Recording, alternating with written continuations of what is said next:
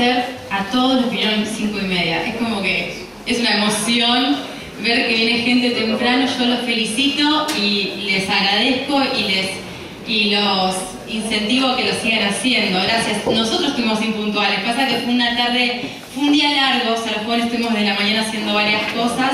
Estuvimos con Daniel todo el día, con Daniel Carrizo, licenciado, que ahora va a compartir la charla con ustedes, así que fue un día como larguito, así que se retrasaron unos minutos. Esta parte se atrasó un poquito, pero bueno, queríamos disculparnos por ese tema y agradecerle su presencia. Y sin más preámbulos, obviamente agradecerle primero a Dani, porque ya, bueno, va a estar con nosotros en el resto del programa, así que ya te dejamos el espacio a vos.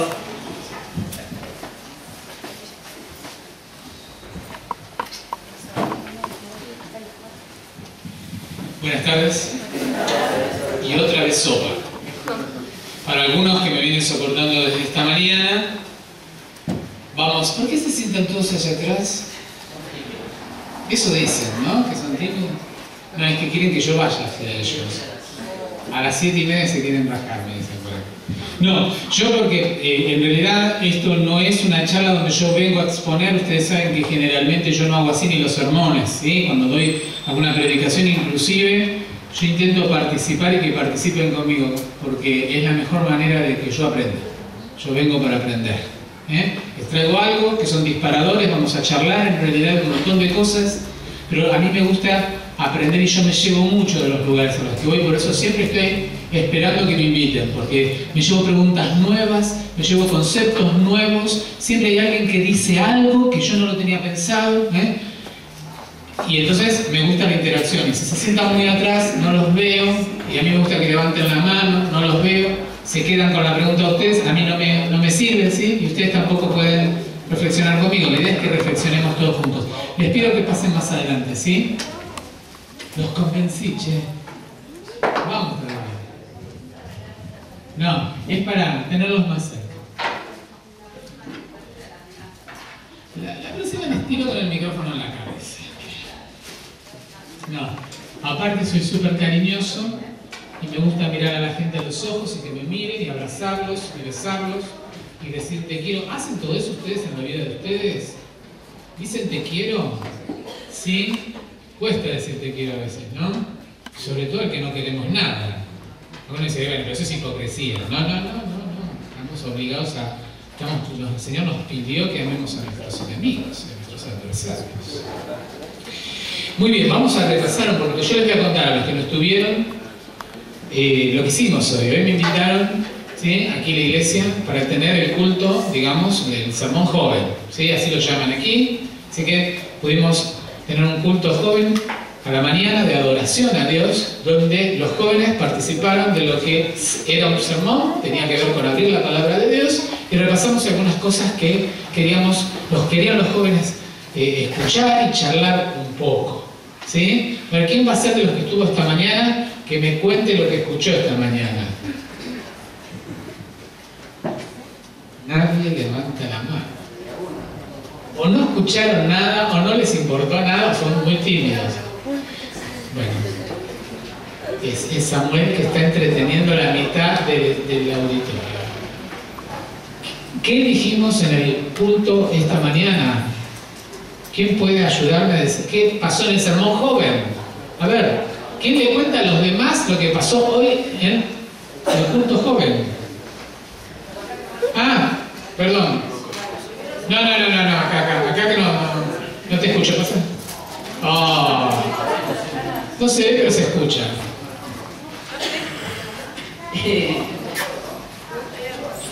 Básicamente era una explicación práctica de cómo es la obra del Espíritu Santo en nosotros. O sea, cuando uno dice que el Espíritu Santo habita en uno, o que entra en uno, bueno, pero ¿qué es eso en la práctica? ¿Cómo es que entra en mí? ¿Dónde está?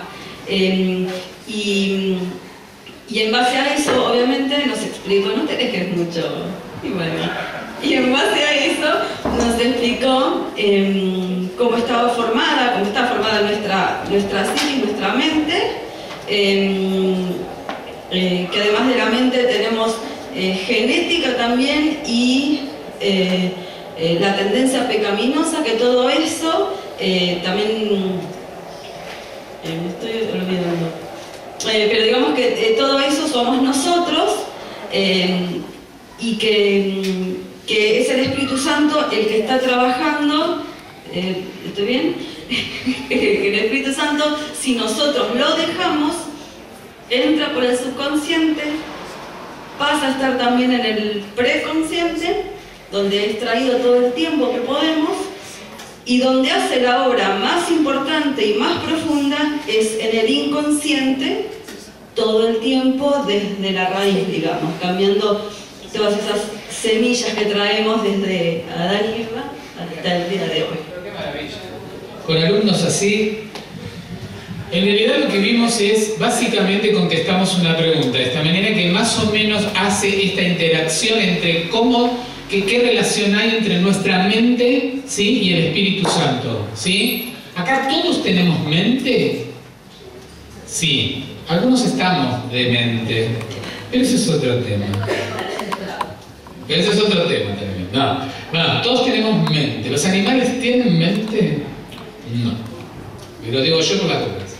No. ¿Sí? Tienen otra cosa. Sí, pero ellos se manejan de otra manera. ¿Sí? Nosotros lo que básicamente contestamos esta mañana, y lo que yo quise que los jóvenes, entre todos, quisimos tener en claro qué relación hay entre el Espíritu Santo y la mente. ¿Por qué? Porque a veces repetimos cosas en la iglesia todo el tiempo, ¿sí?, que llamamos dichos de pasillo, ¿sí?, que repetimos y repetimos, y cuando yo le pregunto, qué interesante, ¿y cómo se hace eso? No tenemos la más mínima idea cómo se hace, pero lo repetimos. Y no pasa solo en la iglesia, pasa en todos lados. Cuando yo estudiaba psicología en la UBA, había una frase que se decía todo el tiempo, ¿no? Es una frase psicológica, no tienen por qué saberla. Yo se los cuento simplemente para que vean que esto es una conducta humana. Repetir algo que se aprendió, se repite, como creyendo que entendemos. Y cuando yo digo, ¿qué es tal cosa? Bueno, no tengo tiempo de explicarte. Nos vamos, ¿sí? ¿Y cómo no lo repetías a cada rato? No decís que esto es el fundamento de tu vida. Nosotros en la Facultad de Psicología decimos todo el tiempo, le tembló el fantasma.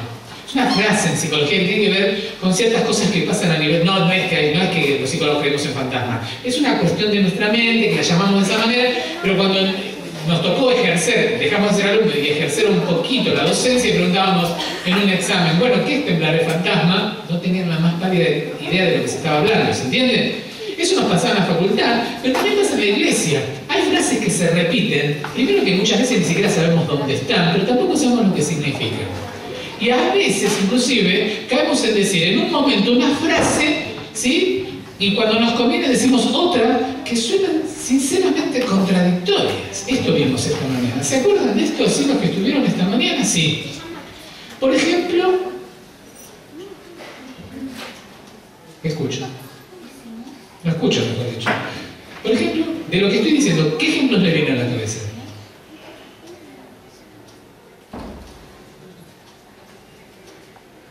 Una frase que se repite permanentemente y que no sabemos cómo se realiza ni de qué significa es: tenés que dejar que el Espíritu Santo viva en vos.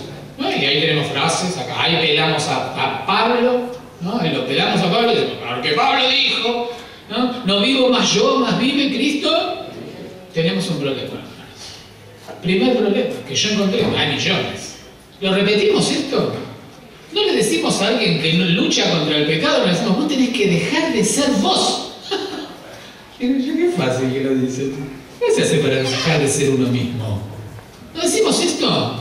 Y tenés que dejar que el Espíritu Santo te habite. Yo no, ¿cómo es esto?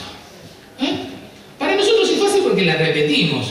Y cuando yo les digo, tratá de aclararme esto, y entran y pelan otra frase, la empeoran. ¿No? Dice, bueno, que no vivo yo, más vive Cristo en mí. Sacan todas estas cosas que son ciertas, son cosas que tenemos, pero tenemos que abrir nuestra mente y permitirnos avanzar sobre lo que estamos diciendo. Seguramente nos van a quedar un montón de preguntas, de incógnitas y de cosas que sería bueno charlarlas a otro nivel, preguntarle al pastor, investigar. Tenemos que hacer un montón de cosas, no leer la Biblia solamente, investigar, escudriñar tiene que ver con esto. Porque la gran pregunta es, el Espíritu Santo yo voy a afirmar algo, el Espíritu Santo es una fuerza que se apodera de mi mente, yo soy una persona. El Espíritu Santo es una fuerza que envía a Dios, un rayo de luz que me envía así y me transforma. Así es más fácil pensarlo al Espíritu Santo. Porque Dios tiene poder. De hecho, su palabra nombró y fue hecho.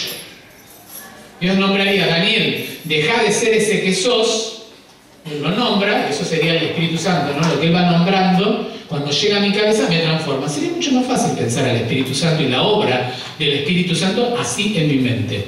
¿Se entendió? Por eso, aún adentro de la iglesia, se separa un grupo diciendo que el Espíritu Santo es una energía. ¿Por qué? Porque es más fácil de pensar, pero no es la verdad. La verdad es que el Espíritu Santo es una persona divina. No sé yo bien qué significa ser una persona divina, porque hasta que no esté frente a la Trinidad, si es que puedo, no voy a entender bien todavía. Pero sé que es una persona. O sea, ¿qué es una persona? ¿Solo una mente? Ah, un ente. Sí. ¿Pero qué? ¿Un ente? La ameba es un ente. ¿Qué más es? Ese individuo tiene personalidad. No es una persona, porque tiene personalidad. ¿Ustedes tienen personalidad? Sí. ¿Son cristianos como yo? ¿Son personas? Sí, son entes, como yo. Bueno, algunos todavía estamos camino a eso. Pero ustedes son como yo, personas. Todos creemos en el mismo Dios aquí. ¿Sí? Tenemos la suerte de ser del pueblo de Dios. Amén. Sin embargo, todos somos diferentes. Eso nos hace personas. Si fuéramos todos iguales, seríamos cualquier cosa menos personas. Perros, por ejemplo. Con lo cual, si yo digo que el Espíritu Santo es una persona, y si estoy diciendo que tiene que vivir en mí, ¿ustedes me pueden explicar cómo hace una persona para vivir dentro de otra? ¿Ustedes conocen alguna vez una persona que vive dentro de otra? ¿Cómo se hace? ¿Ustedes me dijeron que el Espíritu Santo es una persona? ¿O es una fuerza? ¿Una energía? No, es una persona. ¿Cómo se hace para vivir? No vivo más yo. Vive Cristo en mí. Esa es la obra del Espíritu Santo. Dicho de otra manera, ¿sí? Enviaré el Consolador, ¿no? Lo que Jesús prometió. ¿Cómo se hace? Entonces la invitación de esta mañana era pensar cómo esta obra misteriosa, dice la hermana Juez, porque les aclaro, todos esperamos milagros muy sustanciales en nuestra vida, pero dice la señora Juez que el milagro más grande que nosotros podemos presenciar es la de un corazón convertido, que no es lo mismo que un corazón perfecto.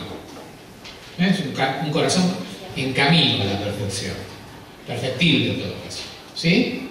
Pero ¿cómo se hace? Bueno, esta es la obra maravillosa, ¿sí? El Espíritu Santo, que transforma todo lo que yo soy. Esto es lo que tratamos de contestar en el sermón hoy, ¿sí? Contestando entonces qué obra hace en mí, para que a esa obra que hace en mí yo llame que Él vive en mí. ¿Se entendió? Porque si no nos contradecimos. Por un lado decimos que Cristo vive en mí, por otro lado decimos, pero Cristo no te despersonaliza, pero no vivo más yo. ¿No suena una contradicción? Si yo sigo siendo yo, ¿cómo es que no vivo más yo? Vamos a ponernos de acuerdo, dijimos este mediodía, y medio que casi nos pusimos de acuerdo. No, nos pusimos de acuerdo en que la obra del Espíritu Santo se realice en mí, quiere decir que Cristo viva en mí, tenía que ver con una obra maravillosa que Dios va a hacer en mi inconsciente, en mi vida, ¿sí? Va a poner su sello de tal forma que ya no piense como Daniel Carrizo, sino que Daniel Carrizo piense como hijo de Dios, ¿sí? Esta es una obra maravillosa que Él hace al transformar en mi inconsciente un montón de semillas que yo traigo ¿desde cuándo? Desde el Edén. Y entonces contestamos una segunda pregunta, una segunda premisa fundamental, que es ¿cuándo se cometió el pecado? ¿En qué momento se comete el pecado en la tierra? ¿Cuando corta el fruto, Eva? ¿En qué momento? Y vimos que el pecado siempre es un proceso. Segunda cosa que aprendimos hoy a la mañana. Es un proceso. Ese es el momento que cortó y comió. ¿Cuándo empezó el pecado? ¿En qué momento? Antes del deseo. Desde que se separó de su marido, Sí, pero cuando pensó, ¿sí? Entonces, fíjense que el pecado se consuma en el momento de comer, pero ya había una génesis previa, ya había una decisión previa. O sea que aprendimos que antes de que vos caigas en el pecado, siempre hay una decisión de tu parte. Esto es algo fabuloso, hermanos, porque esto significa que yo no puedo caer en el pecado, no me puede empujar Satanás al pecado. Siempre va a haber una decisión de mi parte. Después va a haber una consumación. ¿Se entendió hasta ahí? ¿Sí? Y vimos también que qué pecado, o que si realmente se cometió un pecado, ¿cuál pecado se comete de los 10 mandamientos? Los 10 mandamientos son el carácter de Dios. ¿Estamos de acuerdo? ¿Sí? Bueno, en el Edén, comiendo el fruto prohibido, dijimos este mediodía. ¿Cuál de todos los pecados se transgrede? ¿Cuál de todos los mandamientos se transgrede? Perdón. ¿Cuál? La codicia, dicen algunos. ¿Qué más? ¿Qué más? A veces el quinto, ¿qué es?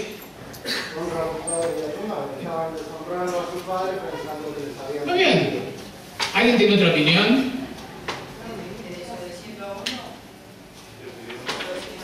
Claro, pero ¿cuál mandamiento estaba expresado en no comerás de este árbol? ¿Cuál mandamiento de los 10 está expresado en no comerás de este fruto? No, a ver, gente, hermanos, ¿qué mandamiento cuando Dios le dice a Adán y Eva, podrás comer de todos los frutos, pero de este que es de la ciencia del bien y del mal, fíjense, ¿de qué es el árbol? De la ciencia. Del bien y del mal, ¿sí? No comerás, porque ciertamente el día que de él comieres, morirás. ¿Sí? ¿Qué mandamiento se está transgrediendo cuando ella dice, más sí, qué me importa? ¿Cuál? Todos. ¿Sí? E hicimos una especie de repaso que vamos a hacer ahora también. Van a abrir sus Biblias. ¿Trajeron las armas? Saquen armas. La Biblia. Vamos a abrir allí. Esto es lo que hicimos hoy. Lo vamos a hacer para todos también esta tarde.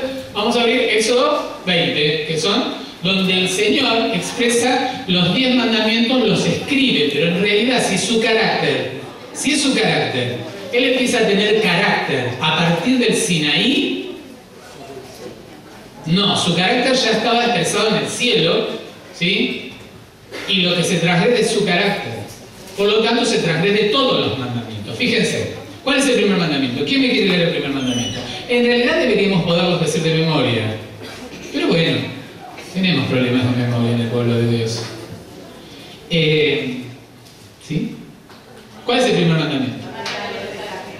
No tendrás dioses ajenos delante de mí. Cuando come del fruto, ¿tuvo un dios ajeno? ¿Qué le dice la serpiente? Serás como Dios. O sea, estás eligiendo correr a este Dios y poner otro Dios, que va a ser vos. Vos vas a ser tu propio Dios. ¿Tendrás dioses ajenos? Sí. Segundo mandamiento. Transgredió el primero. Segundo, léanlo. No te harás imagen. ¿Sí su imagen?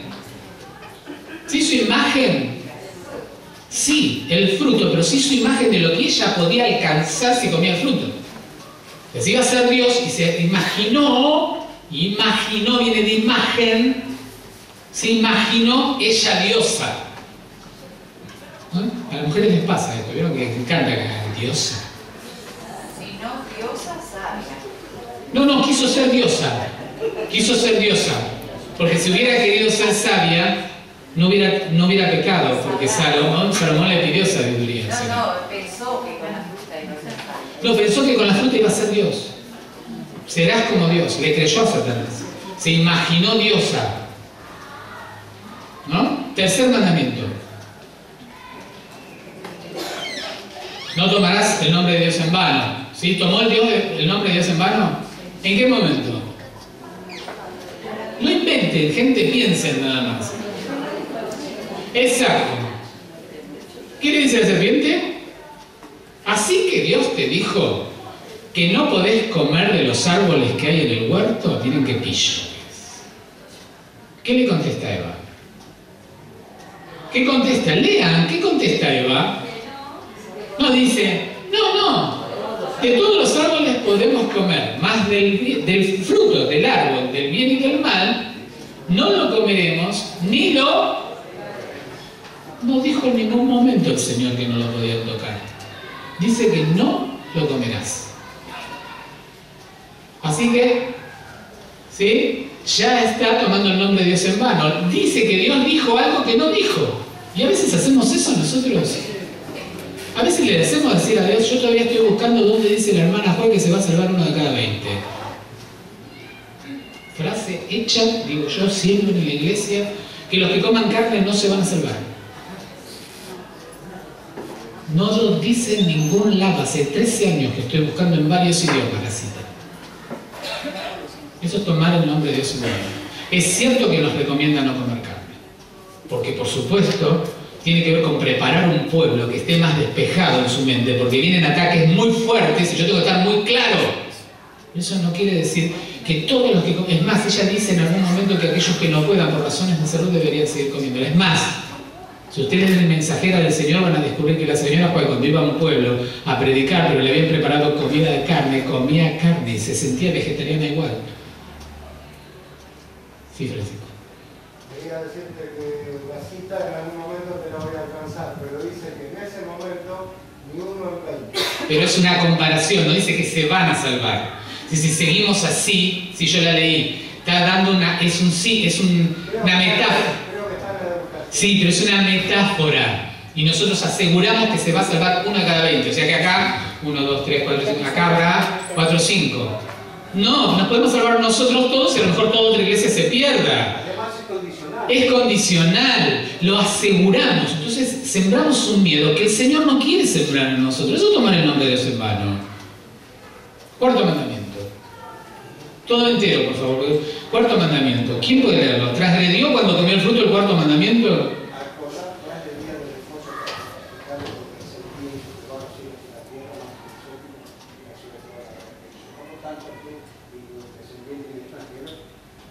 Tiene que descansar para recordar quién es el creador. ¿Sí? Cuando come del fruto, ¿transgredió el cuarto? Claro, no recordó al creador y aparte se empezó a poner como creador.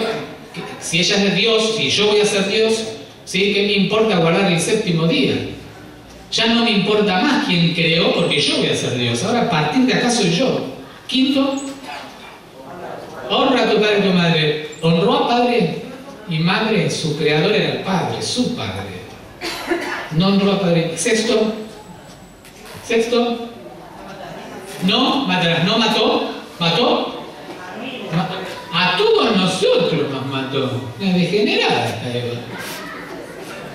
Sí, produjo la muerte. Decíamos en el sermón cuando Adán dice, en la historia de la redención, dice cuando vio a Adán, y en Fraternos y Profetas también, cuando vio a Adán que caía la primera hoja, lloró. Porque Adán, cuando vio que caía la primera hoja del árbol, se secó por primera vez una hoja y cayó, lloró. Nunca se había muerto una hoja y hubo que matar un cordero. Y Dios mismo tuvo que morir. Ese día murió Jesús. Ese día empezó a morir Jesús. Termina muriendo en la cruz. ¿No mató? ¿Cuántos van a morir por todo esto que no van a tener posibilidades? No todos tuvieron la posibilidad de salvarse, pero digo, se van a perder. Séptimo. ¿No adulteró? Todo el adulterio. Todo el adulterio. Rompió lazos. La esencia del mandamiento es romper, ¿sí?, el pacto que tengo con. Eso es adulterar. ¿Sí? Séptimo, octavo, no sé. Octavo. No hurtarás. ¿No hurtó? Sí. Hurtó el derecho que le correspondía a Dios. Se sintió diosa. Noveno. No mintió. Si dijo que no tenían que tocar el árbol, el Señor no dijo que no había que tocarlo. Décimo, la base de todos. ¿Codició algo? Obviamente. Con lo cual, al haber hecho esto, transgredió los 10 mandamientos y sin saber, ella estaba haciendo algo muy importante en su mente. Si su mente era esto y estaba pura de pecado, por esto grabó en su mente 10 posibilidades de que crecieran plantas de pecado en sí mismas. ¿Sí? En su mente metió todo lo que es transgredir el carácter de Dios. A partir de aquí se iba a transmitir genéticamente. Por eso es maravillosa la misericordia de Dios cuando dice: y visitaré la maldad de los padres sobre los hijos hasta la tercera y cuarta generación, porque se va a transmitir todas esas semillas de maldad, que es transgredir la ley, que no es simplemente transgredir una ley como si yo... A veces comparamos pecar con estacionar mal o pasar una luz en rojo. A veces nos sirve para los estudios bíblicos porque nos sirve el ejemplo, pero en realidad no es del todo así. Porque no es simplemente que al pecar estacioné mal el auto o pasé una luz en rojo. Al pecar, ¿sí? Al pecar y al decidir pecar, porque siempre que pequemos estamos decidiendo, siempre acuérdense de esto, hay una decisión previa, hay un paso previo a la acción, ¿sí? La acción del pecado se realiza antes de cometer la acción, ¿sí? Que es cuando yo decido hacerlo, me separo de Dios, lo empujo y lo hago, pero antes lo tuve que empujar, decidir, ¿sí? Pero todo eso no se compara con estacionar mal, porque estacionar mal sí es no cumplir una ley. Pero cuando yo peco, lo que estoy haciendo es desengancharme del amor de Dios. Es renunciar a ser un hijo de este Padre, a llevar su genética para llevar ahora una genética que lleva impresa la posibilidad de cometer todos los pecados. O sea, todos nosotros podemos ser idólatras, asesinos, mentirosos, fornicarios, codiciadores, deshonradores de padre y madre. ¿Se entiende lo que quiero decir? Todos podemos ser todo porque lo tenemos grabado en un área de nuestra mente que vamos a llamar inconsciente. Todos traemos esto porque está grabado genéticamente en nosotros y en nuestro inconsciente, de generación en generación. Y la única posibilidad que yo tengo es de todo el tiempo estar pidiéndole, desde el consciente, desde la parte consciente, pidiéndole al Espíritu Santo que se apodere de mí para que esas semillas, hasta que Cristo venga, no germinen en plantas de pecado. A este proceso, la hermana Juan lo va a llamar formación del carácter. ¿Sí? Ese proceso es al que yo llamo que el Espíritu Santo viva en mí. Vive de tal modo que si yo todo el tiempo lo estoy llamando, de Él estoy orando, con Él estoy orando, estoy pidiendo y estudiando a ver cómo era el carácter de Dios, cómo es Dios, cómo fue Jesús, porque uno se va transformando en lo que observa todo el tiempo. Entonces yo tengo muchísimas más posibilidades de que estas semillas no den el pecado que tienen que dar, pero están sembradas en vos. Eso es inevitable. O sea, todos podemos ser fornicarios, asesinos. Entonces podemos comprender un poco más al hermano que tengo sentado al lado o atrás de todo, cuando pienso que sus pecados son más rojos que los míos. No, vienen de la misma raíz. Entonces cuando nos llama, todo tiene más sentido cuando puedo pensar así, porque cuando nos llama a amar a aquel que pecó contra mí, es porque cuando vos lo amás estás reconociendo que Él tiene las mismas semillas que vos. A lo mejor vos tuviste otras posibilidades para que no se germinaran, pero pobre del que le germinó, ¿sí? Aún cuando las hayas germinado para hacerte sentir mal a vos. Porque si no estás pudiendo perdonar esto, no estás entendiendo cómo fueron sembradas estas cosas y el plan de Dios para transformar esta mente, que no va a ser terminada de transformar, dijimos hoy al mediodía, hasta que Cristo venga y limpie por completo esto. Cuando uno escucha a Pablo, dijimos decir, porque lo malo que no quiero, eso hago, más el bien que quiero, eso no puedo hacer, no hago, y entonces descubro una ley en mis miembros, dice Romanos 7, ¿no? Que va contraria a la ley de Dios. ¿Qué descubre Pablo? Que hay una ley en sus miembros. O sea, todo lo que está en la psiquis es más factible ahora que pase a mi cuerpo y empiecen los deseos que se llaman concupiscencia en la Biblia y me van a manejar la vida. Y entonces decimos, bueno, pero no tenés por qué vivir tu deseo. Esto es contrario a la psicología tradicional que dice, vive tu deseo. Pero nosotros no vamos a cumplir con esto que solo nos va a permitir tener una vida muy placentera, decíamos con los jóvenes. Si vos vivís tu deseo de la tierra, tus deseos, vas a vivir una vida muy placentera aquí, pero no vas a alcanzar la corona.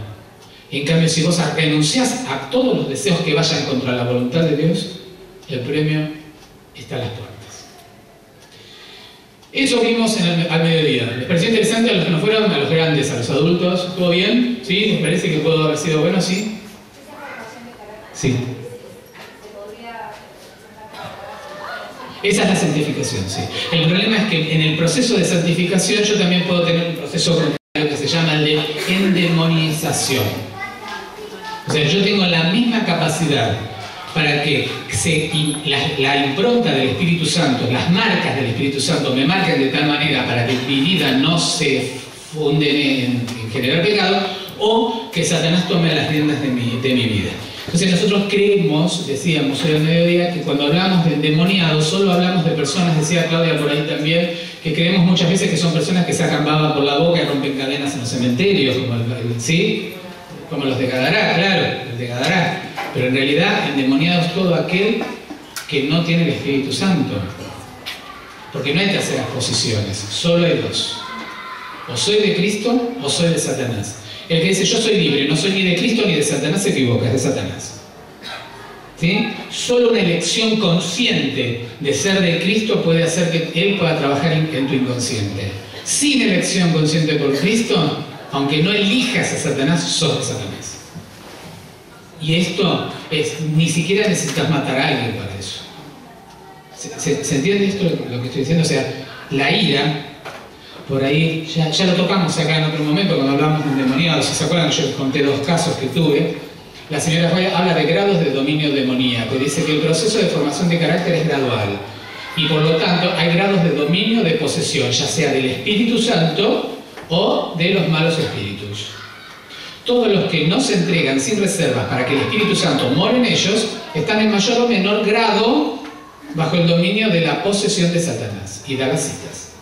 Todo lo que no esté en armonía con la voluntad de Dios, todo intento de perjudicar a otro, cada manifestación de egoísmo, cada manifestación, no dice cuando mataste a alguien con 114 puñaladas, ¿sí? Porque uno tiene la idea de que eso solamente están endemoniados. No, cualquier cosa egoísta, cada intento de fomentar principios erróneos, en cierto sentido de la palabra, es una prueba de dominio o posesión de demonios. Cada vez que hay una entrega al mal, el resultado es un cuerpo debilitado, una mente más oscurecida, un alma más degradada.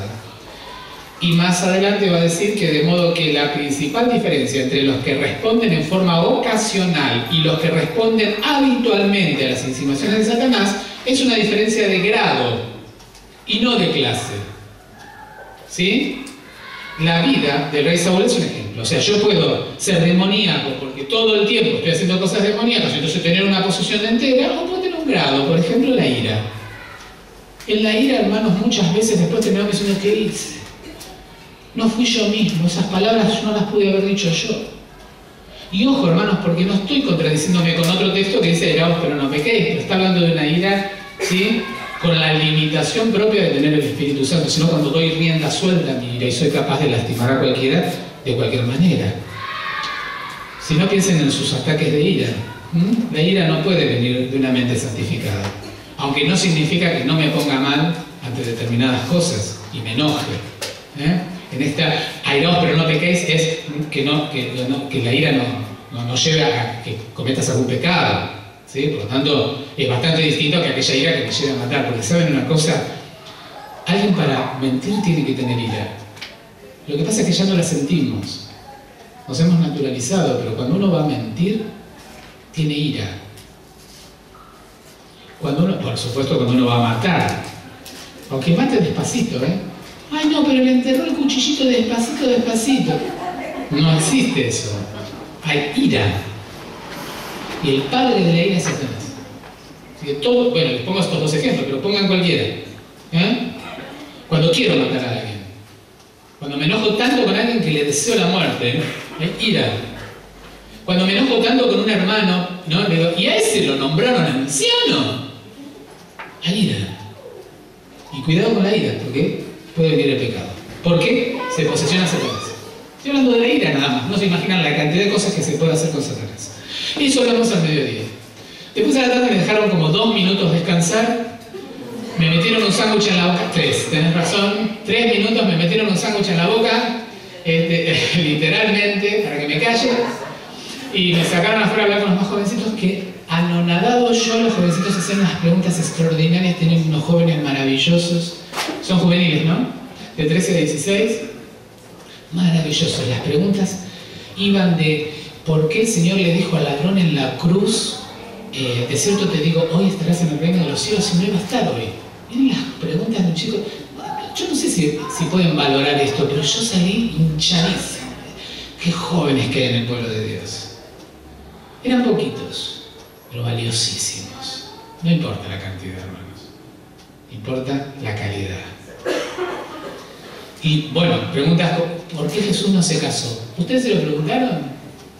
Ah, pero ustedes, ay, Daniel, es obvio que cómo se iba a casar Dios. No es obvio nada. No den por obvio nada. Pensemos, razonen, abran el abanico, basta de estructura. Para darnos ejemplo, porque no vino a eso. Lo dejé pasar, porque yo quería que se rieran los hombres, pero no lo escucharon. Pero sobre todas las cosas, bueno, con los chicos llegamos a la conclusión que ningún padre se casaría con su hija. ¿No? Una conclusión bien de 13 a 16. Que está buena, ¿sí? Porque todas las mujeres para él eran como hijas. De ahí que cuando le tienes a tu madre, ahí tienes a tu hijo. ¿Sí? Hijo, ahí tienes a tu madre. ¿A quién le dijo hijo? A Juan. Era su amigo. Entonces esto, ¿no? O sea, esto fue... Pero miren las cosas de los jóvenes. Iba a charlar 10 minutos con ellos, pero venía charlando como una hora, porque una maravilla las cosas que preguntaban, ¿sí? Cosas como rarísimas también, como lo de Harry Potter, bueno, algunas cuestiones que tenían que ver con la literatura actual. Ah, con el espiritismo. Saben que yo voy a todas las iglesias, nadie me quiere hablar del espiritismo. Y es lo que se viene, hermanos. Es para lo que tenemos que estar preparados, porque lo que se viene es un gran movimiento de parte de Satanás con respecto al espiritismo. ¿Dónde lo ven el espiritismo ustedes? ¿Saben dónde lo encontraron los jóvenes? Hablamos de la tabla Ouija, del juego de la copa. ¿Por qué? Porque yo mencioné en un momento tener 2 pacientes que no eran pacientes, sino que eran endemoniados, y que por casualidad, esa casualidad de la vida, ¿sí? Eran cristianos y habían jugado al juego de la copa. ¿Saben lo que se juega la copa? Ay, no se hagan los que no. Que después se ponen la copa con toda la letrita, ponen el dedo encima y se le preguntan, espíritu de no sé qué, ¿es cierto que San Martín cruzó los Andes? Y la copa se mueve y dice sí. ¿Se entiende? Invocan un espíritu que se posesiona en la copa y la copa se mueve y contesta. Eso en mi época se hacía con la copa porque éramos re pobres. Con un vaso de plástico, ¿cierto? Pero hoy se compra. Hoy se compra la tabla Ouija. Hace 30 o 40 años se usa en Estados Unidos, en las jugueterías, ¿sí? En las jugueterías y en los supermercados, en la parte de juguetería. Y por ahí alguien me comentó, ahora viene de madera y no viene una copa, viene como una flecha de madera que se mueve y va marcando las letras contestando. ¿Sí? Y me comentaron, yo no lo vi, yo vi el juego en algún momento, pasé, lo vi y dije, qué barbaridad, pero seguí de largo. Pero lo importante es que por ahí me contaron que cuando dieron vuelta a la caja dice, comience la sesión. Es un juego que se regala a los chicos. Y mis 2 pacientes endemoniados habían jugado a eso. ¿Sí? Y no eran psicóticos, eran endemoniados. Bueno, hablamos un poco de esto con los jovencitos. Después dije, bueno, ya está, ya hablé con los jovencitos. Llego a tomar la merienda, estaban todos los jóvenes y seguimos charlando. Me metieron un pedazo de torta en la boca y seguimos hablando. ¿Y de qué hablamos? Bueno, siempre será el mismo tema, ¿no? Hablamos de homosexualidad. ¿Qué pasaría si en este momento entra un grupo de 10 o 15 travestis y dicen, nosotros queremos tomar estudios bíblicos? Que los tomen, yo me voy. Ya, ¿no? ¿Qué hacemos? Se los damos, ¿sí? Y definimos algunas cosas. Es importante que el pueblo de Dios sepa, porque nos acercamos a momentos muy importantes del satanismo. Y ustedes saben que si hoy hubiera que definir qué 2 cuestiones tienen que ver con el ser endemoniado, podríamos nombrar las adicciones a las drogas y la homosexualidad. ¿Sí? Salvo aquel homosexual que decida realmente seguir a Cristo y abandonar sus prácticas, ¿sí? Casi todos los demás están resentidos con Dios. Están muy resentidos, ¿no? Y hasta el punto les conté este mediodía que había una persona que me decía, no, esta tarde creo, ya no me acuerdo cuando lo dije, que me decía, ¿Esto para hablar? No tengo la... me decía, bueno, pero yo no elegí nacer, che. Yo no elegí la homosexualidad, yo no elegí nacer, así que, ¿por qué tendría que hacer tanto esfuerzo para venir a la iglesia, abandonar todas las cosas? ¿Por qué tengo que hacer todo esto? Ahora ya te doy. ¿Por qué tengo que hacer todo esto? Entonces, se reía porque yo soy un poco bruto, ¿no? Entonces yo decía, bueno, esta persona había nacido en un año determinado, y yo, ¿dónde estuviste vos antes de nacer? La persona había nacido en el 74. ¿Cuándo? En el 73. ¿Dónde estabas vos? Entonces me dijo, no, ¿estás loco, Daniel? Antes de nacer no estaba en ningún lado. Bueno, le dije, no te preocupes, cuando venga Cristo vas a estar en ningún lado, vas a pasar a hacer la nada de nuevo. ¿Cómo me decís eso? No te preocupes. Fuiste la nada, y si decidís no ser de Cristo, vas a volver a ser la nada. No te preocupes. Así que esto fue un periodo entre tu nacimiento en 1974 y ponerle que te mueras en el 2020, en el 2020, bueno, fue un periodo donde Dios te concedió la posibilidad de elegirlo para seguir vivo. Ahora, si vos decidís no aceptar a Cristo, no te preocupes, porque antes fuiste nada, y después de la venida de Cristo, ¿qué vas a hacer? Nada, así que quédate tranquilo. Hoy está en la iglesia. Claro que dijo, no, ser nada no es interesante. ¿Qué tengo que hacer para alcanzar la salvación? Me dijo, ¿no? Porque esto es así, por supuesto que ustedes no eligieron todo lo que les pasó en la vida. Y algunas jovencitas me dijeron, ¿por qué el Señor no detuvo todo este dolor? Porque vamos a ser más que vencedores, dice la palabra de Dios. ¿Qué es algo que es más que vencedor? ¿Cuántos textos decimos, repetimos y no sabemos lo que estamos diciendo? ¿Qué es algo que es más que vencedor? ¿Cómo? Vamos a ser más que los otros que no cayeron. El templo de Dios va a estar aquí, bárbaro. ¿Pero qué es ser más que vencedor? ¿Quién es alguien que es más que vencedor? ¿Cuándo alguien es un vencedor? A ver. Cuando gana algo, cuando alguien le da el triunfo de algo, es vencedor. ¿Y más que vencedor?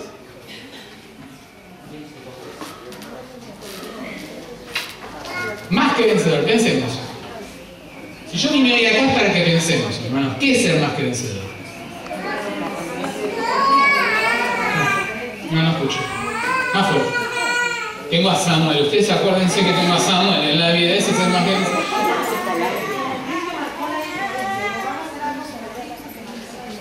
¿Qué es ser más que vencedor? Está bien, pero ¿qué es ser más que vencedor?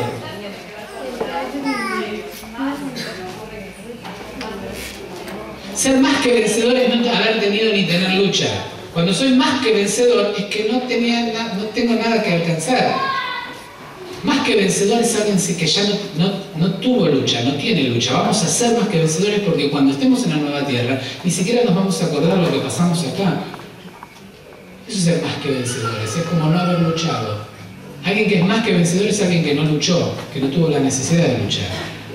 Es más que vencedor, no tuvo que vencer. Fue más que vencedor, no tuvo que vencer, ya está la salvación para cada uno de nosotros a nuestra disposición. No es que la tenemos que luchar. Tenemos que aceptarla, es otra cosa. Bueno, de todas estas cosas hablamos un poco en la tarde, de la homosexualidad, de que en realidad no es una enfermedad, tiene que quedarnos claro, no es una enfermedad, ¿sí? ¿Sí? ¿Y puede haber homosexuales en el cielo?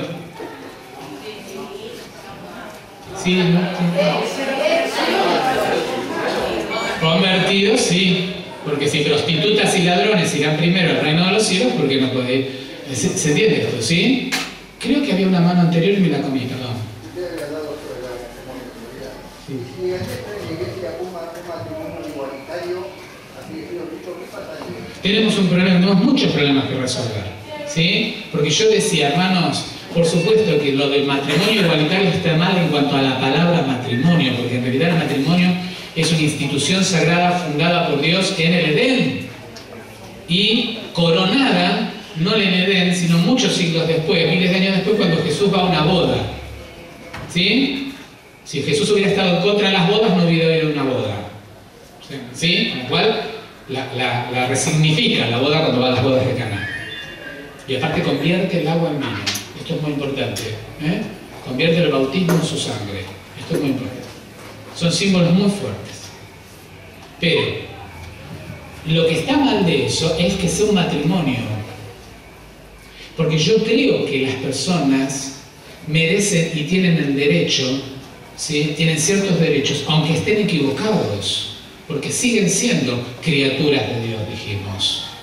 No son hijos de Dios todavía, porque ser hijo de Dios significa que yo acepte la adopción de Dios y para eso tengo que dedicarme a vivir con Él y por lo tanto tendría que destruir esa unión. ¿Se entendió?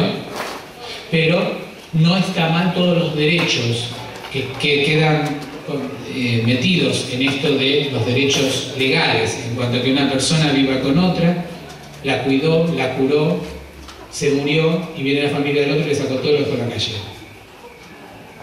Hermanos, los homosexuales siguen siendo personas, seres humanos que merecen que con amor les ayudemos a pensar que deben vivir una vida de castidad. Pero no por eso dejan de ser personas que hay que tratarlas con mucho afecto y con mucho amor como cualquier otro. ¿Sí? Lo que está mal en nuestra ley es llamarlo matrimonio igualitario. Porque la palabra matrimonio viene de otro lado. Pero en realidad los derechos estarían bien. ¿Sí? Son los mismos derechos que protegería cualquier persona. Son derechos humanos aparte, no son derechos que tienen que ver con la salvación. ¿Sí?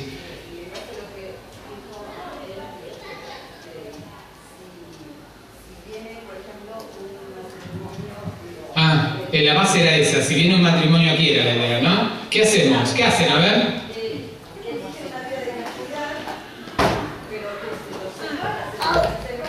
Hay cosas que todavía no las tenemos, como iglesia no las tenemos resueltas.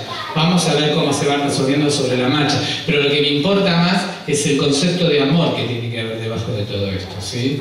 Y en realidad, algunos de ustedes en la charla de recién, de los más grandes, me decían, pero ¿sabes lo difícil que es tratar de decirle a una persona que es así, que tiene que dejar de serlo? ¿Cómo hace? Bueno, no es la idea. Vos no le tenés que empezar hablando de que debe dejar de acostarse con hombres o con mujeres. No. No, dejá que se enamore de Cristo. Eso lo va a dejar solo. Es lo mismo que a otra persona creo que me leen. ¿Está mirando? No. Me planteaba con los de los aros, ¿no? Que ella no usa, pero que hay gente que usa. ¿Y cómo le decís en el estudio bíblico? Esperá. Dios tuvo tanta paciencia con vos ¿por qué no tenés paciencia con los demás? No digo que hay que bautizar a las personas así como así. ¿Se entiende? No, pobrecita, tiene algo, dejémosle. No, es todo un proceso. ¿Sí? Perdón, ahora sí. Perdón, María. Pero si se le evangeliza a los africanos, a las tribus que tienen 10 mujeres o más, y puede conseguir que un africano deje a todas las mujeres, no sé cómo lo harán, me parece que es así, pero va de a poco, ¿no? Va de a poco. Y si Cristo viniera en la mitad del proceso, se van a salvar si decidieron por Cristo, pero eso es una cuestión muy personal. ¿Sí? Y aparte hay que adaptarse a las culturas en cuanto a los africanos y todas estas cuestiones. Por eso nosotros tenemos una mezquita y una sinagoga adventistas, ¿sí? Porque hay que adaptarse. Y en la sinagoga que está en Villa Crespo, las mujeres son siempre no son hombres de hoy. No, pero en la iglesia adventista no somos así, ¿sí? Pero hay que adaptar a la cultura, ¿sí? Ellos adoran de otra manera, ¿sí? Pero adoran al mismo Dios y del mismo día. En el cielo vamos a encontrar incas que nunca conocieron a Jesús y le van a preguntar ¿qué sos vos y por qué tenés esas marcas en las manos? Y yo preguntaría ¿por qué están los incas y no lo conocen a Jesús? Porque Dios es maravilloso en su salvación. Dios busca adoradores sinceros, hermano. No específicamente adventistas. No es condición necesaria pero no suficiente ser adventistas, que ser cristianos o vivir de acuerdo a la ley que hay en el corazón. ¿Se entendió hasta acá? Esto fue lo que hicimos todo este día. ¿Les pareció bien a los más grandes? ¿Me aprueban? ¿Sí? ¿Tengo apoyo? Y ahora, y para redondear todos estos temas un poco, hablar de bullying. ¿Saben qué es el bullying? Sí, los docentes lo saben muy bien. ¿Qué es? ¿Qué me quiere explicar? Muy cortito va a ser el tema, así que damos toda una explicación, entramos un poco en límites y me voy a mi casa que estoy muy cansado. Y lo dejo pensando para las personas. ¿Qué es bullying? ¿Alguien sabe? El que lo sepa, no es necesario saber todo, hermanos, así que el que no lo sabe, no lo sabe, pero el que lo sabe lo puede decir. Sí. Es maltrato. Maltrato a niños. Niños, cuando hablamos de niños hasta la adolescencia, hasta la salida de la adolescencia, o sea, más o menos hasta los 99 años, por ahí. por ahí anda la cosa. Vieron que tenemos adolescentes de 50 ahora. Unas cosas medias extrañas al final de la historia de la humanidad. En realidad es un grupo contra uno, de uno contra uno, que tiene su séquito, que no es lo mismo que un grupo, ¿sí? Pero estamos hablando de maltrato a niños, ¿y por qué tenemos que hablar de esto en la iglesia? Porque muchas veces dentro de nuestra iglesia vemos niños que son maltratados de tal modo en la escuela, generalmente se lo ve mucho en la escuela, pero puede verse en la iglesia, ¿sí? De un niño que todos los demás lo tienen, dicen en general, lo tienen de punto.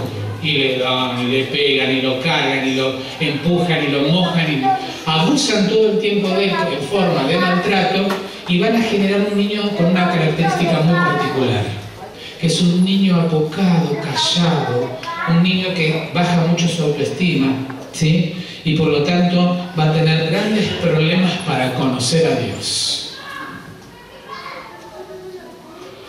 Pero yo no quiero hablar de la persona que tiene bullying, sino de los que hacen el bullying.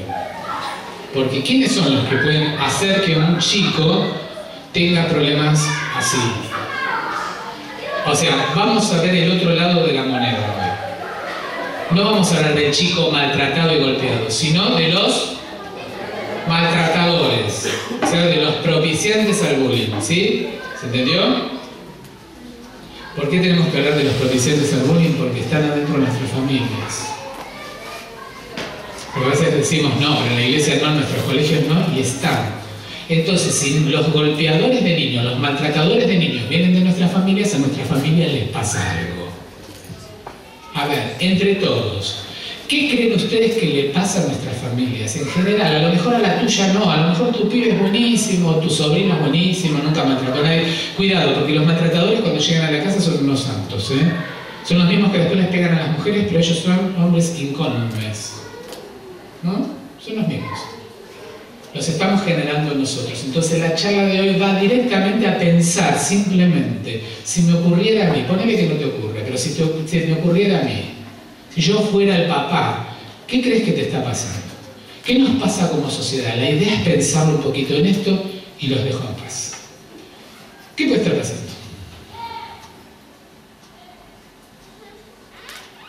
Sí, Samana. ¿Será que la violencia de la sociedad se ha metido en nuestras casas? ¿Será que la violencia de la sociedad se metió en nuestras casas? Ella es una pregunta. ¿Por qué me la pregunta a mí? Muy bien. No, en general. Y aparte es retórica. ¿Sí saben lo que es retórica? ¿Retórica? ¿Sí? La pregunta, le sacan los signos de pregunta y quedó la respuesta. Ella dice, ¿será que la violencia de la sociedad se metió en nuestras casas? Le saco los signos de pregunta y digo, ¿será que la violencia de la sociedad se metió en nuestras casas? Pero de las casas se digo, la violencia para las casas. Ah, muy bien. Parece que son... ¿eh? ¿Qué es primero? ¿El huevo o la gallina? ¿No? Nosotros siempre decimos la gallina, porque somos de arriba. No, yo soy vos. Pero, ¿sí? ¿Se entiende esto? La violencia se ha metido en nuestras casas porque nuestras casas son violentas. Entonces, ¿qué es la sociedad? Nosotros. ¿Sí? ¿Será que estamos generando hogares violentos? A ver, ¿en tu casa hay violencia? ¿Saben que el otro día buscando algo sobre este tema, la señora juez dice algo muy importante con esto, que es que los ángeles no bajan a las casas donde hay violencia o que hay mucho bullicio? Se está refiriendo al bullicio, pero... ¿hay violencia en nuestras casas? ¿Cómo? A ver, ¿cuáles? Verbales. ¿Cuál es la forma verbal? Insultar, airarse mal. ¿Eh? ¿Cuándo te irás mal a ti? A ver, contanos tu testimonio.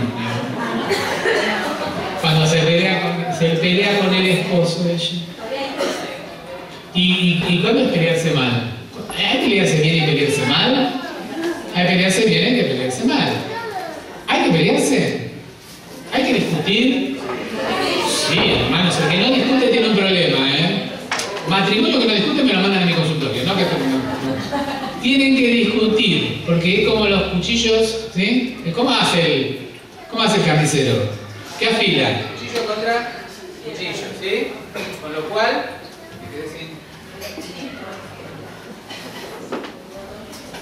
Daniel, agárralo.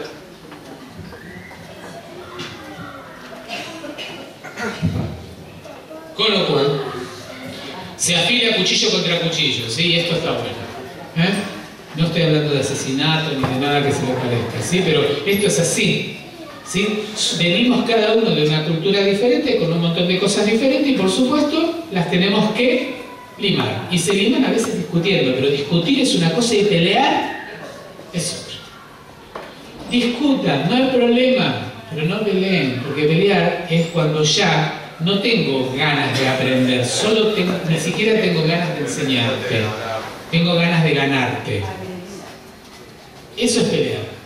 ¿Cuál es la diferencia entre discutir y pelear? Si ninguno de los dos grita, pero están peleando, digo yo. Yo los tengo en el consultorio muchas veces y digo, pero están peleando, chicos. No, si no, no levantamos el tono de voz, no me acordé de la mamá de él ni nada, así que no estamos peleando. O sea, de mi suegra. No lo mandé a pasear en ningún lado, no estamos peleando, sí, pero no te das cuenta que lo único que queremos es ganar. Y estás hablando en muy buen tono de voz, porque hay gente que es absolutamente adaptada, ¿sí? Pero dan órdenes, no escuchan al otro y solo quieren ganar la discusión. Cuando querés ganar una discusión estás peleando, no estás discutiendo. Cuando estás discutiendo estás abierto a escuchar al otro y decir, mira, en eso tenés razón, pero... Vieron que el pero tira abajo toda la frase anterior, ¿no? Pero no importa, pero el pero es pero. O sea, pero a mí me parece que, y entonces dice, sí, tenés razón, pero ¿qué tal si hacemos o no? Todavía no lo entiendo, no es el momento para que yo lo entienda. Tal vez una mejor manera de discutir es cuando uno puede decir, déjenme aquí, vamos a dormir, oramos y mañana lo charlamos de nuevo. Ese está discutiendo. El que dice, vos no sos quien para terminar esta discusión acá, vamos a seguir, son las 3 de la mañana, el pobre tipo se tiene que levantar a las 4, y los vecinos, y el testimonio. ¿Ven? Porque soy machista y el que está dando la charla soy yo, ¿te quedó claro? No discutamos más. Eso es una pelea, es broma. ¿Sí? Con lo cual, tengo que aprender a discutir todo el tiempo porque por las semillas que yo tengo plantadas desde que Eva comió la fruta y se sembró las 10 formas de transgredir los 10 mandamientos que no fueron escritos en el Sinaí, sino que ya estaban escritos en la manzana que se comió Eva, yo tengo la tendencia a ganarle al otro. ¿Por qué? ¿Por qué tengo la tendencia a ganar? Porque serás como Dios. Y para que yo sea Dios tengo que tener a alguien que abajo. Fíjense qué distinto es el Evangelio. Dice que el que quiera ser el primero, dice que ames al que te odia y que ores por el que te persigue. Dice que pongas la otra mejilla. Mirá si vos sembrás estas semillas en tu inconsciente, como es bastante distinto a acá mando yo. ¿Saben por qué? Muchas veces uno puede decir acá mando yo, de ahí viene la violencia. Acá mando yo, cuando es el que trae más plata a casa. Porque el que trae la plata, dice el inconsciente mundano que tenemos sembrado, en el poder. ¿Qué poder? Si querés tener poder, tenés que ser siervo, sirviente, esclavo de tu esposa. ¿Viste que dije esposa y no esposo?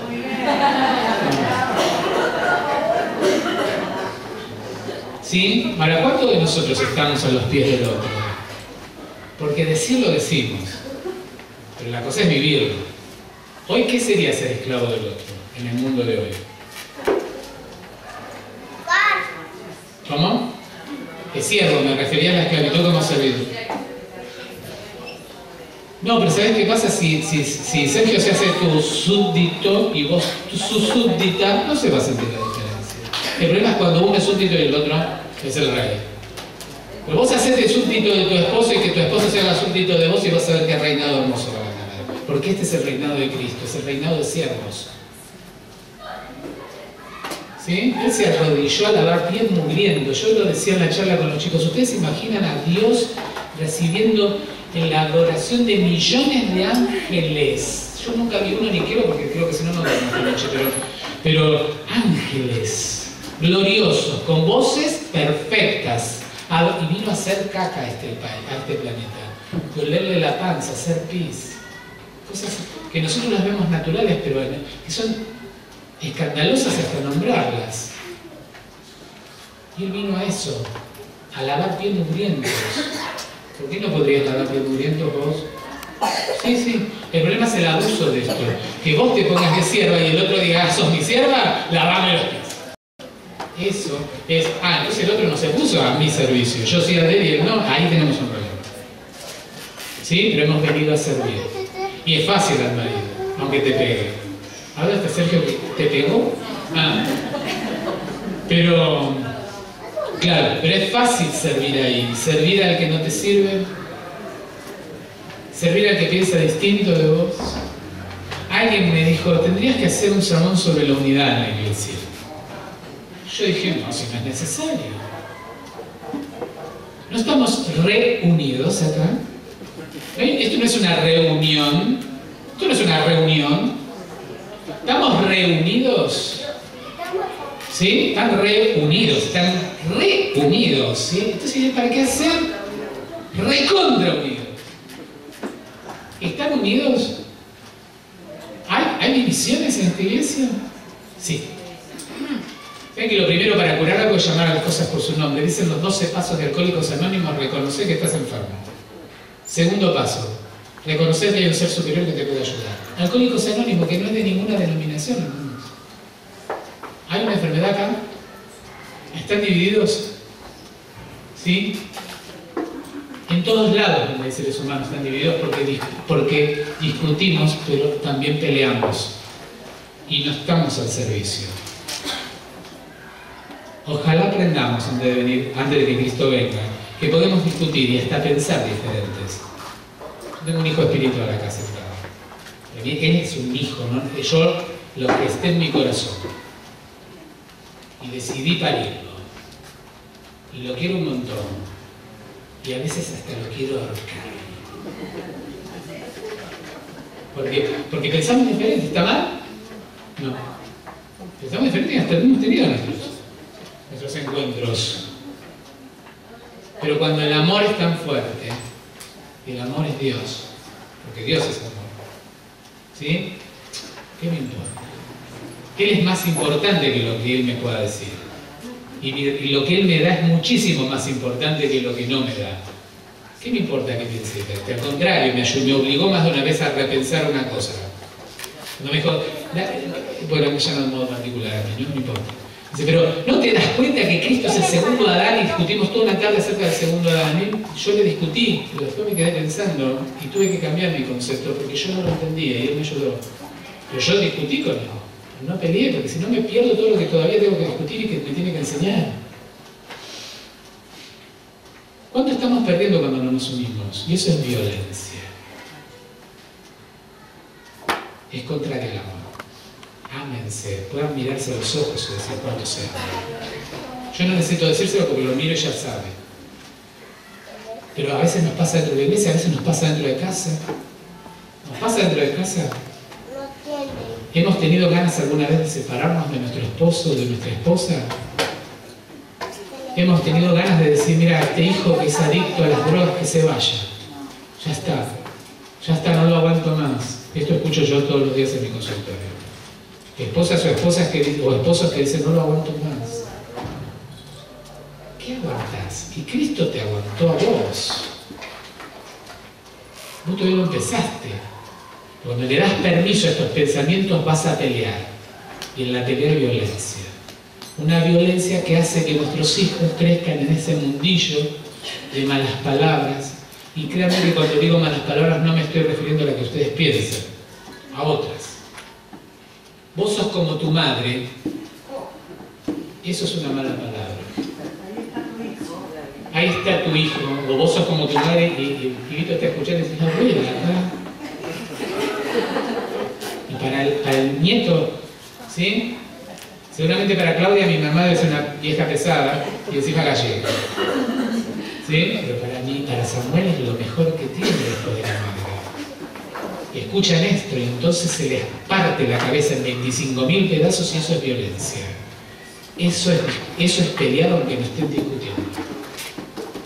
Y eso hace que nuestros hijos después tengan que descargar, porque saben una regla psicológica: la violencia que yo genero en alguien, ese alguien la va a descargar en otro lado. Es una de las formas de descargar violencia. Si yo le pego a mi hijo, lo más probable es que él pegue. Ustedes saben que yo cometí un error, yo soy de confesar mis pecados públicamente. Entonces yo cometí un error porque Samuel a veces me saca de quicio. Yo le pedí al Señor cuando nos enteramos que iba a tener síndrome de Down que fuera lo más parecido a lo normal. Perdónenme si esto es pecado, pero es lo que yo como papá quería. Ya que va a tener, bueno, es tan parecido a lo normal que tengo que pegar como un chico normal y entonces lo agarro de los pelos a veces. Pero despacito. Así. No, le tiro despacito, cosa que casi no le duela, pero que sienta la presión porque no lo para nada. Dios me dice, ¿vos no querías un pibe normal? ¿Qué es normal, hermanos? Los muñecos son normales, los seres humanos no. Entonces le tiraba el pelo. ¿Y saben qué empezó a hacer Samuel? Samuel va al jardín normal, a un colegio normal, común. Agarra de los pelos a las nenas. Menos mal que es a las nenas, Analia.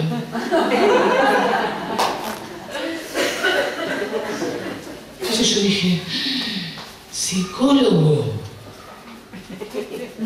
Porque la violencia que yo ejercía, él la vivía como violencia, lo terminó ejerciendo en otro lado, lo mismo que yo le hacía. Ahora yo le tiraba despacito, él no sabe con qué saña las trenzas, las nenas salen de las trenzas así. Pero como lo aman, ¿se entiende esto, no? Entonces, eso, lo que ven en casa de violencia lo hacen, lo elevan como violencia, a veces lo elevan. Y la otra forma de la violencia, paralela a esta, es la insatisfacción. Esto es muy importante. Muchas veces nos callamos la insatisfacción y la insatisfacción produce ira. Y muchas veces no nos animamos a decir, como no estoy bien. Tenemos que arreglar nuestros asuntos. Tenemos que ir a Dios más seguido. Tenemos que orar más. Tenemos que ayunar más o conseguir a alguien que nos ayude. Pastor, anciano, psicólogo, no importa. Pero si no estás bien en tu matrimonio, si no estás gozando, no sirve. Y genera ira. Y esa ira la maman nuestros hijos también. Entonces, cuando nosotros vamos a las escuelas y trabajamos con los chicos que tienen bullying, o sea, el chiquito que es golpeado por todos los demás, y decimos, a ver, y agarramos al grupito que lo golpea, nos damos cuenta que vienen de estas familias así. ¿Y saben qué? Algunas son cristianas. Y uno cree que esto no pasa. Y es más, uno cree que a mí no me va a pasar. Cuidado. Entonces, la charla de hoy es solamente a estos fines, a pensar, ¿estaré discutiendo o estaré peleando? Si estoy discutiendo, quiero escuchar, quiero aprender, pero también quiero enseñar.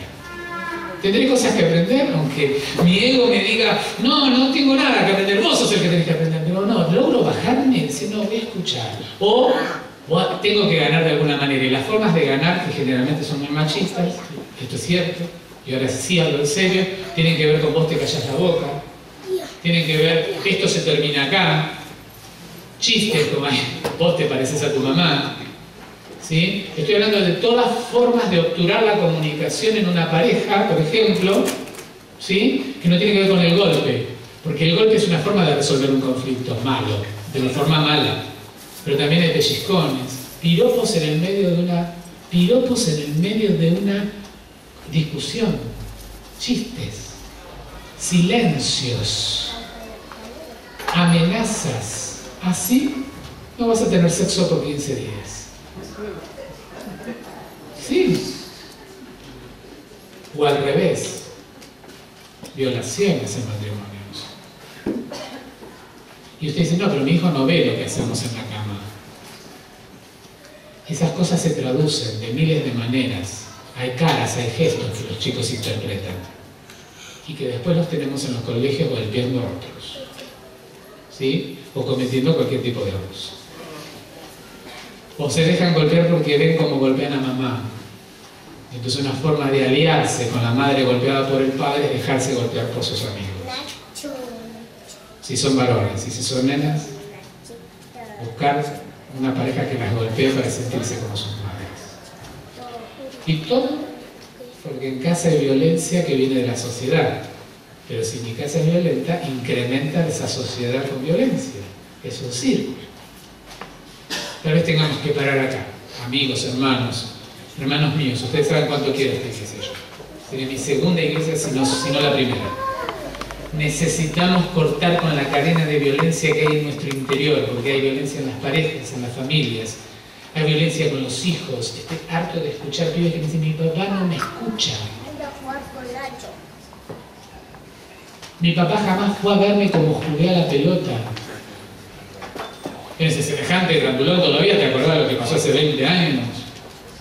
Todavía dentro de esa persona hay un niño que está esperando que el padre lo vaya a ver jugar a la pelota. En algunas de ustedes, niñas, mujeres, hay una niña que está llorando porque mamá no escuchó que tenía que contarle acerca de ciertas cosas sexuales y ella metió la pata. Hay violencia contra un hijo cuando uno no informa lo que tiene que informar, cuando no abraza, cuando no besa, cuando no dice te quiero. Y de esto todos podemos caer porque hay que laburar tanto, hay que traer plata a casa, ¿no? Y por supuesto que hay violencia de los hijos hacia los padres. O sea, mi papá no me hizo faltar nada, pero no me dio amor. Eso es violencia, no te hizo faltar nada. ¿Comprendés? Al revés también comprenderlo. Por supuesto que hubiera sido bueno que un padre estuviera más con su hijo, pero ¿no pudiste leer que tu padre no entendió así la vida, la entendió mejor, era un par de zapatillas? Que sos tan violento que ahora le achacás que no fue a verte jugar al fútbol. O sea, hay violencia de los dos lados, ¿entendió? Hay violencia de padres contra hijos y hijos contra padres, y tal vez tenga que ser la condición antes de la segunda venida, le dice la palabra de Dios. Pero yo quisiera que en la iglesia de San Martín no pase. ¿Sí? Pero para todo eso tenemos que trabajar mucho. Esto intenta ser un taller de pensamiento. Pensemos si te está pasando. Y hay una tercera forma de violencia, que los pibes también pueden aceptar y después ir a la escuela. Y, les cuento que un acto de violencia de padres contra hijos cuando un papá no sabe decir no. Ustedes dicen no. También ustedes me van a decir, y cuando dice demasiado no, dicen los pibes más jóvenes, y sí, también es un acto de violencia que todo sea no, pero que todo sea así es violento. Coman cualquier cosa, el pibito tiene 5 años y no se lo puede, bueno, medio Samuel, no se lo puede bajar de ningún lado que haya escalera, sube, baja, el nene está despierto a las 6 de la mañana y sigue hasta las 1:30 de la noche, o sea, y no le podemos decir que no podemos o no sabemos o no nos atrevemos a decir que no, porque a veces creemos que decir que no es falta de amor y decir que no es el amor más grande. ¿Sabe qué? Hay más no de parte de Dios hacia nosotros que sí. Y no es que nos ama, pero claro, por eso dice tantas veces que no. Aprendamos a decir que no, pero no a un hijo que come de más o que llega a cualquier hora. Pero también no al golpe psicológico de la pareja o al golpe que doy yo a mi pareja, a la falta de comprensión. Aprendamos a decirle que no a las separaciones, a la falta de reunión en la iglesia, en la familia, en la sociedad. Yo no sé cuáles son los conflictos que hay acá, les aclaro, Estoy hablando simplemente guiado por lo que yo creo que es lo que yo le pedí al Señor, que hoy me permitiera hablar inspirado por el Espíritu Santo, nada más. Pero también hay un tipo de violencia muy fuerte, que es donde nacen todas las violencias, que es la violencia contra uno mismo. Y a veces creemos que en la iglesia no, porque no nos drogamos, no tomamos alcohol, no fumamos, no nos estamos violentando. Pero esta noche vamos a ver una película de terror. ¿Sí? O esta noche no me va a importar cuidarme de cual o tal manera y voy a hacer cualquier cosa que va en contra de mí mismo y va a generar violencia. Cuando yo no aprendo a estar satisfecho con Cristo, va a haber ira contra mí. Y mucha gente me dice, ¿y por qué tenés ira contra vos? Andate al mundo y haz la que quieras, vas a ser más feliz. No, también eso es violencia. Con lo cual lo que yo te estoy invitando es a que tengas hoy una reunión con vos, con tu esposa, con tu hijo, con tu familia, con la iglesia, y que aprendas que separados el Señor va a venir a buscar un pueblo. La salvación es individual, hermanos, pero Él va a venir a buscar un pueblo reunido, que está compuesto de familias. y que cada familia está compuesta de individuos. Así de compleja la cosa. Y en nada de esos estratos debe haber violencia. Una violencia que uno la ve todo el tiempo cuando asistimos a esto que llamamos bullying. No vamos a entrar propiamente en bullying, solamente de costado. No saben la cantidad de cosas que hace que un chico crezca siendo él que tiene bullying o el del grupo que lo maltrató. En unos y en otros, grandes dificultades psicológicas para relacionarse. Grandes dificultades psicológicas para sentir el amor de Dios. En ambos grupos. ¿Sí? Esas personas pueden creer en el amor de Dios, pero no sentirlo. Y esa es una cruz que van a llevar toda su vida hasta que Cristo venga. ¿Sí? Preguntas. Sí.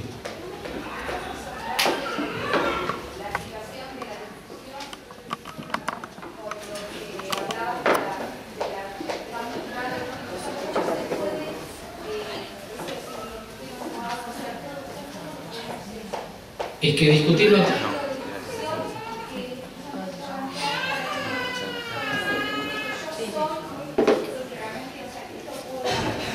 Primero que yo soy Cristo.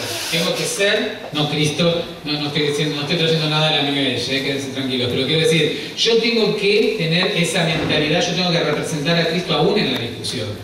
¿Sí? Entonces, yo tengo que mantenerme muy firme en Cristo. Y yo puedo discutir. El Señor discutía. ¿Discutía el Señor? Hermanos, a los fariseos llega un momento que casi te diría que pelea. No peleó nunca. Y muchas veces me traen esa referencia de la Biblia de que el Señor entró a latigazos en el templo. Eso era una discusión. ¿Cómo? No entendí. Sí. Hipócritas. Generación de víboras. Imagínense que venga el Señor y les diga a ustedes, generación de víboras acá, en la iglesia de San Martín. Nos levantaríamos todos y nos iríamos. O casi todos. Algunos se quedarían, porque se considera víbora. Pero, ¿se entiende? Sin embargo, no era pelear. Porque lo que quería provocar era que en el diálogo con el otro, ¿sí? En el diálogo con el otro se produjera un cambio, aprendiera. Nadie más. Jesús amaba a los fariseos. ¿Y por qué le dice víboras? ¿Por qué le dice víboras si los ama? Porque es factible que en la conversación nosotros digamos algunas cosas para movilizar. Cuando yo al muchacho este, bueno, ya era un hombre, pero cuando yo al hombre este le dije, antes de vos, antes que nacieras, ¿qué eras? Nada. Y después que venga Cristo, ¿qué vas a hacer? Nada, así que no te preocupes, vas a volver a hacer la nada. Sonó hasta violento. Yo le dije al tipo que iba a hacer nada de nuevo. Pero viste en la iglesia. No estoy hablando de mi método, yo soy así de violento, si ustedes quieren. ¿Sí? El Señor puede usar eso. Entonces, ¿cuál es el límite? El límite es, ¿qué haría Jesús en esa discusión? Pero para eso tengo que conocer a Jesús. Y no creer en Jesús por simples prejuicios y estereotipados. A ver, hermano, si Jesús estuviera aquí, tendría jeans y zapatillas. O traje y corbata, no túnica. Y no hablaría, vosotros sois la luz del mundo. Diría, che, ustedes son la Osram, ¿Se entiende? No se rían, es cierto. ¿Sí? La bajo consumo, diría. Si comen poco, porque algunos... ¿Se entiende? Entonces, esto tiene que ver con que esta tarea de permitir que el Espíritu Santo esté todos los días en mí, esto es un pedido que yo tengo que hacer conscientemente. Pero cuando entro en una discusión con vos, yo tengo que nunca olvidarme que soy representante de Cristo, aunque vos también. Y la conclusión es que haría Jesús en mi lugar. El problema es que muchas veces cada uno puede pensar que Jesús haría una cosa en tu lugar que en el mío lo haría de otra manera. Bueno, eso es discutir. Iremos a la Biblia, visitaremos al pastor, no sé, pero mi intención no va a ser achatarte a vos para subir yo, no me voy a parar sobre vos. Este tiene que ser el concepto base. Este tiene que ser el concepto base. No voy a ganarte, vamos a ganar. Sí, esta es la renuncia del yo que nos cuesta tanto. Esa es una pelea que solo el Espíritu Santo puede hacer cuando vos lo pedís. Y si vos llegás, porque a veces uno llega a la pelea sin darse cuenta, ¿te pasó? ¿Te pasó alguna vez que dijeron, vamos a charlar sobre esto y terminaron peleando? Porque tu mamá hace 3 años... Porque viste que siempre sacamos a la vieja del otro. Nunca, la mía no. La vieja del otro siempre es la culpable de todo lo que nos pasa, ¿no? los matrimonios. ¿No? Entonces cuando uno siente que ya empezó la discusión, es importante parar porque sabemos que Satanás se puede apoderar de ese lugar, que la ira es una forma de endemoniamiento. Entonces, mira, estamos peleando, paramos aquí, vamos a orar, vamos a dormir, mañana seguimos. Y créeme que mañana es otra cosa. O a lo mejor tenemos que consultar a alguien porque el tema es muy álgido, no nos ponemos de acuerdo, tenemos que... ¿Contesté más o menos? Sí, claro.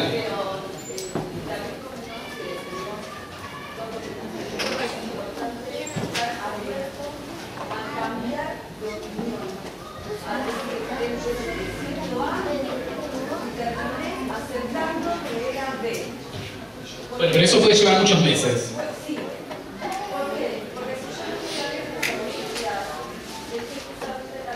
Claro, pero a veces a ver, ¿sabes cuándo pasa eso? Cuando yo creo que siempre yo soy el dueño de la verdad porque todos los demás están en mi contra.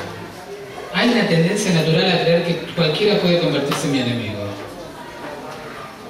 No es así. Cualquiera puede convertirse en mi amigo, no en mi enemigo. Y mi esposa también tiene que ser mi amiga. ¿Alguna cuestión más? ¿Alguna pregunta más? ¿Algo que se haya disparado en ustedes que quieran aprovechar y preguntar o decir? Sí, hermano.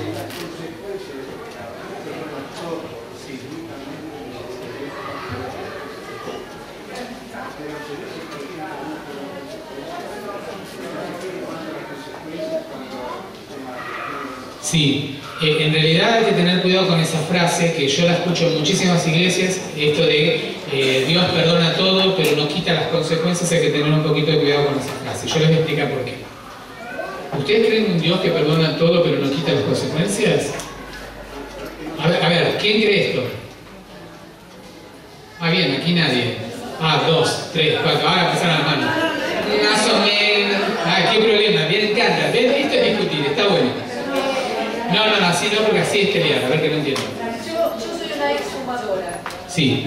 Si yo tengo cáncer del pulmón, es lógico pensar que fue porque fumé toda la vida. Y si no llegas a tener, ¿qué pasa? Y que Dios no me puede. Entonces, quita las consecuencias. Sí, puede ser. Hasta ahora sí, en mi caso. Puede quitarlas, puede decidir no quitarlas, pero no es una regla, hermanos, porque si no, primero, si Dios no quita las consecuencias, yo no podría creer en un Dios de milagros, porque el milagro es una quita de consecuencia. Segundo, yo no podría creer en el milagro más grande que hace Dios, que dice la hermana Juárez, que es el milagro más importante que hace Dios en nosotros, que es el cambio de corazón, porque lo mío es consecuencia, que yo tenga este corazón pecador es consecuencia de mis pecados. ¿Por qué tendría que cambiar mi corazón? No quita las consecuencias. ¿Se entendió? Cuando la hermana Juárez, ustedes lo pueden ver en el desierto de la gente, dice con respecto a los endemoniados, pero también a un paralítico, uno de los paralíticos que curó, que creo que es el que bajan por el techo, no recuerdo si es este, pero creo que sí, analícenlo ustedes, fíjense, porque no recuerdo bien la cita pero en este momento, pero dice, esa persona había cargado de enfermedad debido a la continua, como que a través de sus pecados, ¿sí? Había descendido, habla de descender, me acuerdo del término este, habla de que continuamente descendió en la búsqueda de placeres. ¿Cómo? Paralítico de Bethesda. Ese paralítico. Ah, el de que está el estadio de Bethesda. Sí, exacto. Dice que por sus pecados había enfermado su cuerpo. Sí, y lo va a decir la hermana Juan por varios, pero también de un endemoniado. Dice, llegó a estar endemoniado porque le dio lugar a los placeres y a la licencia, esa es la palabra. Señor, le dio mucha licencia a los pecados, ¿no? O sea, debería morir así. Porque la consecuencia del pecado es que estuviera paralítico o lunático, debería morir así. Y no, entonces el Señor va contra su propia ley, porque el Señor hizo un milagro y le quitó la consecuencia, lo sanó.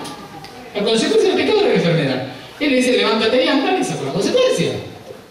Pero una consecuencia con algunas características especiales. Vete, porque si no, dice la hermana Juárez, podemos caer en cosas peores. Y por supuesto que te puede volver a curar. También puede decirte, no, como a Pablo. El Señor le pidió Pablo le pidió, seguramente fue ceguera después de haberlo visto a Jesús en forma glorificada, alcance del caballo, que seguramente, dicen los comentadores bíblicos, no adventistas, dicen que seguramente eso hizo una cierta ceguera y que él le pide 3 veces, dice en una de sus cartas, quítame el aguijón que tengo en la carne. ¿Qué dice el Señor? Bástate mi gracia. Ahora, un paralítico que no tenía nada que ver y a su gran predicador no lo cura, le dejó la consecuencia de su pecado. ¿Por qué se cae del caballo? Porque es consecuencia de su pecado. Iba a matar cristianos, no importa, si hubiera ido a matar hindúes, estaba igual de mal, se sabía que matar estaba mal, estaba dentro de los 10 mandamientos. ¿Sí? Entonces se encuentra con Dios porque de otra manera no hubiera podido frenarlo si no se ponía delante del Señor, porque Pablo era Pablo. ¿Sí? Se tiene que poner delante, lo tiene que tirar del caballo como a Daniel más de una vez. Yo no paro, que es un problema. A veces el Señor ha tenido que enfermarme para pararme. Porque a veces discuto mucho con el Señor. Como él está en cabezadura como yo, tenemos un problema. Pero esto, ¿no? Entonces, ¿cómo? A este pobre paralítico le quita la parálisis y este que va a predicarlo y que sus cartas permanecen para siempre, le dice, bástate mi gracia. Porque el Señor sabe a quién le tiene que curar y a quién no. Esa es su prerrogativa, ese es su derecho. Pero no es que no quita siempre la consecuencia del pecado, porque si no, no nos salvamos ninguna. Porque esto piénsenlo así: la paga del pecado es muerte. Está diciendo, la consecuencia de que seamos pecadores es que muramos. Hermanos, apaguemos la luz y el último que cierre la puerta. Porque justamente la salvación tiene que ver con esto, con quitar las consecuencias. Ahora, cuando Él quiere, de algunas cosas cuando Él quiere, de la salvación siempre. Esto es muy importante. Hay cosas que el Señor puede contestarte, todavía no. O te puede decir no. Pero hay cosas que te va a decir siempre que sí. Sálvame, Señor, te va a decir siempre que sí. Perdóname, te va a decir siempre que sí. Cambia mi corazón, te va a decir siempre que sí. Otras cosas te las va a dar. Pedirle cualquier milagro que haga en tu vida. Te la va a dar. No sé si en esta tierra, tal vez en la próxima. No tenés una casa, pedile una casa. Te la va a dar. No sé si en esta tierra, pero te la va a dar. Autos no, porque en el cielo no va a haber. Vamos a volar. Como las gallinas. No vamos a volar, no. Vamos a pasar. Pero ¿se entendió esto de las consecuencias? ¿Sí? Así que hay que tener cuidado con estas frases que a veces decimos que si la consecuencia no se me va a salir nunca, entonces voy a morir de cáncer de pulmón. No necesariamente. No necesariamente. Vas a morir de cáncer de pulmón, si Cristo no viene antes, si es necesario para tu salvación. Porque a lo mejor en ese momento necesitas revisar algunas cosas que no tienen que ver con el cigarrillo. Pero no te va a matar el cigarrillo que fumaste. El Señor es el que te va a llevar al descanso. A través del cigarrillo que fumaste, del camión que te pise, no importa. ¿Sí? Es el Señor que decide la muerte.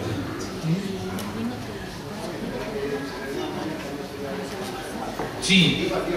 Sí. Claro, si no sería una cosa así como todos vamos a morir por... Sí, Mari. Consecuencias de muerte.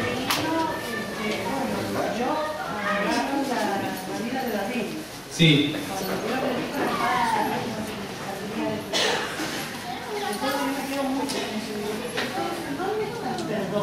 Claro. No, el perdón está siempre, hermanos. Es vigente todo el tiempo. Pero eso no significa que muchas veces te cure de lo que te enfermaste y muchas veces te cura y vos igual no aceptás el perdón y no te salves.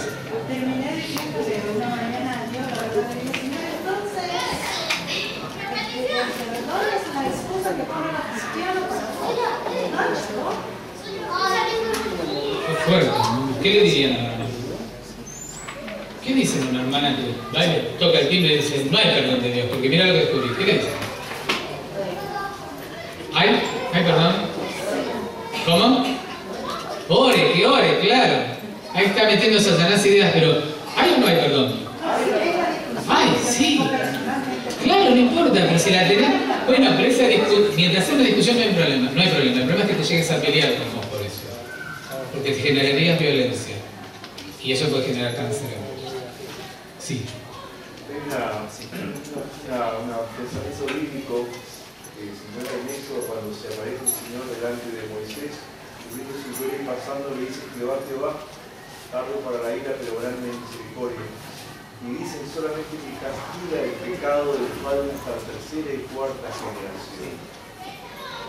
A mí me costó entender esta parte. ¿Por qué los hijos tienen que sufrir el pecado del padre? Por ejemplo, del padre divorciados, o sufren el pecado del padre.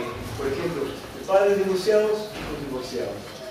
No tan así, pero en esa escala, yo te entendí el pensamiento, sí.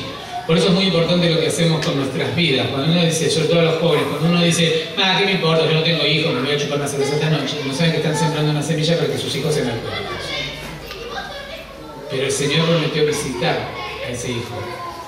Eso es lo maravilloso, que dice castigaré. A veces dice visitaré la maldad de los padres sobre los hijos, y en otros momentos dice castigaré la maldad de los padres en los hijos. Hermanos, el castigo de Dios es salvación. No es el bife que le pegamos nosotros cuando estamos llenos de ira al pibe.